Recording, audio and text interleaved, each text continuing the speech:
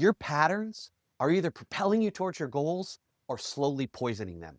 Have you ever put an address into a GPS and then ignored every single turn it told you to make? Well, that's how so many leaders do their goals. They set big goals, write them up on the whiteboard, but their day-to-day decisions, their minute-to-minute rhythm has almost zero alignment with the goals they're saying that they're trying to achieve. They say they want to hit 1.2 million in gross, but their daily rhythms, they're $600,000 worth of chaos because no amount of ambition can override bad navigation. And then they sit around wondering why they're lost. I'm Chris Hunsaker, and this is the Dealership War Room. 7 minutes of leadership fire, built daily, fueled intentionally, and delivered relentlessly. And today, we're going to dive in and let's see if we can recalibrate your GPS so you can start absolutely crushing some goals. Here's the inconvenient truth. You're not on track for your goals. You're on track for your patterns. And all leaders have patterns. Most just don't realize that they're running them. After 30 years of working in dealerships and working with over 10,000 managers, you come across a few patterns. Tony Robbins, in his Business Mastery program, identifies 3 elements of patterns. He says you've got to get good at 3 things: pattern recognition, pattern creation, and pattern utilization. But he said of the 3, the most important is pattern recognition. It is the single most important business skill that you can develop. Here are the top patterns that I've seen in dealerships throughout my travels all around the world. And one of the most interesting patterns that I see with dealers is everyone will explain to me why their market is different. I'm Highline, I'm volume, I'm in the Southeast, I'm in the Northwest. But what I'll share with you is I've seen these patterns in every single store. Number 1 is the firefighter pattern. It's number 1 because I see this most often.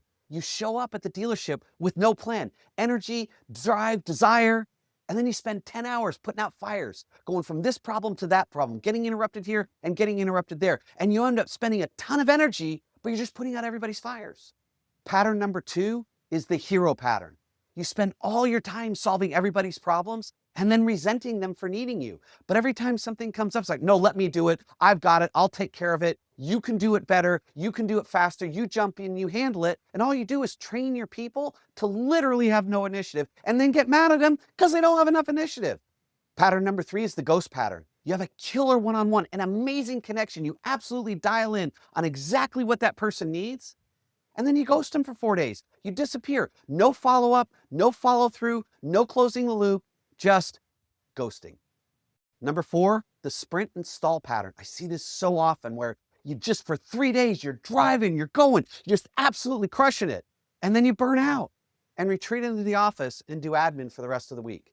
And everybody wonders what happens. And then that goes on again. And then you get behind. So you come back in another sprint and then you burn out and stall again. And it becomes this vicious cycle of sprint and stall and sprint and stall. You might know this pattern. Number 5, I saved the best for last, the drama loop. You spend more time managing moods than you do moving metrics. You're so worried about, don't want to get this service advisor pissed off, don't want this service manager down. I got to make sure those two don't get in a fight with each other. And you're constantly trying to manage all of the moods and all of the relationships of everybody in the dealership instead of moving metrics. Again, sound like anyone you know. So my question is this: do you recognize any of those patterns in yourself or the teams that you lead? Because those aren't just behaviors. Those are executional GPS errors, and they are costing you every single day.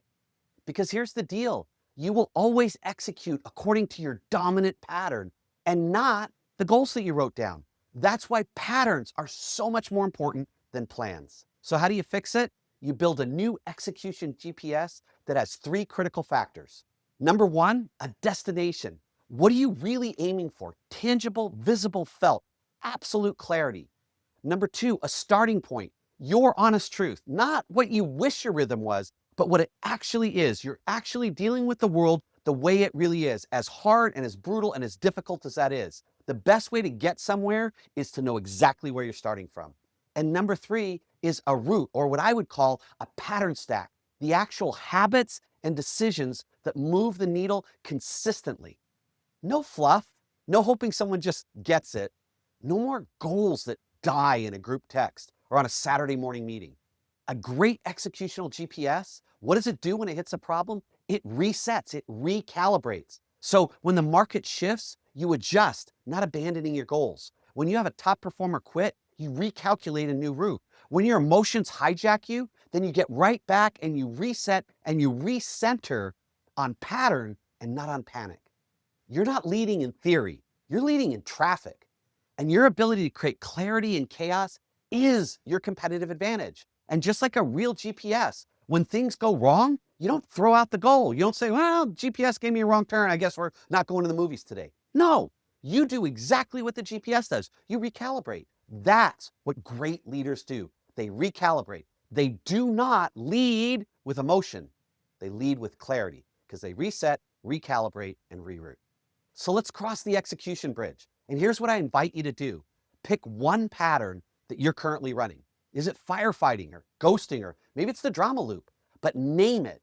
And then I want you to sit down and take a few minutes and identify what's one behavior that will break that pattern. For example, if you're ghosting, then follow up the same day after a great one-on-one with a text, with an email, or maybe even catching them doing it right on the spot that day. If you're firefighting, then time block 1 hour for proactive outreach. And if 1 hour is too much, make it a half hour. And if half hour is too much, make it 5 minutes. Start with whatever you absolutely can commit to. You can absolutely get done. And let's start building the identity of someone who is proactive and start destroying and breaking the pattern of being a firefighter. And third, if you're a sprinting and stalling kind of person, pick one metric to move daily and track it. Make it something that you are focused on, relentlessly focused on every single day, and start building momentum and start building progress on moving metrics and getting out of the sprint stall. Break that pattern and become a continuous execution machine. So the most important question right now is why? Why break these patterns? When I coach general managers and dealer principals and I do my one-on-one private coaching, when we get to this point, that is often the question. Chris, I have these strengths. I'm doing so good. Why do you want me to keep breaking these patterns? And it's simply this. What got you here never gets you there. It always takes something else. And a goal without pattern correction is just really an expensive wish. Let me say that one more time. A goal without pattern correction is really nothing more than an expensive wish. Tomorrow, we build out your velocity rituals. I cannot wait to share this with you. We're going to show you literally how to stack the day so you can win before you ever open the doors to the dealership. And if this episode hit home and you're seeing that, hey, there's some patterns in your leadership that you're not quite happy with that keep you from being the best version of you, then here's my invitation. Stop, write it down, hit reset, share this episode with your team, and then start today to create some leadership fire. And I'll see you tomorrow in the Dealership War Room.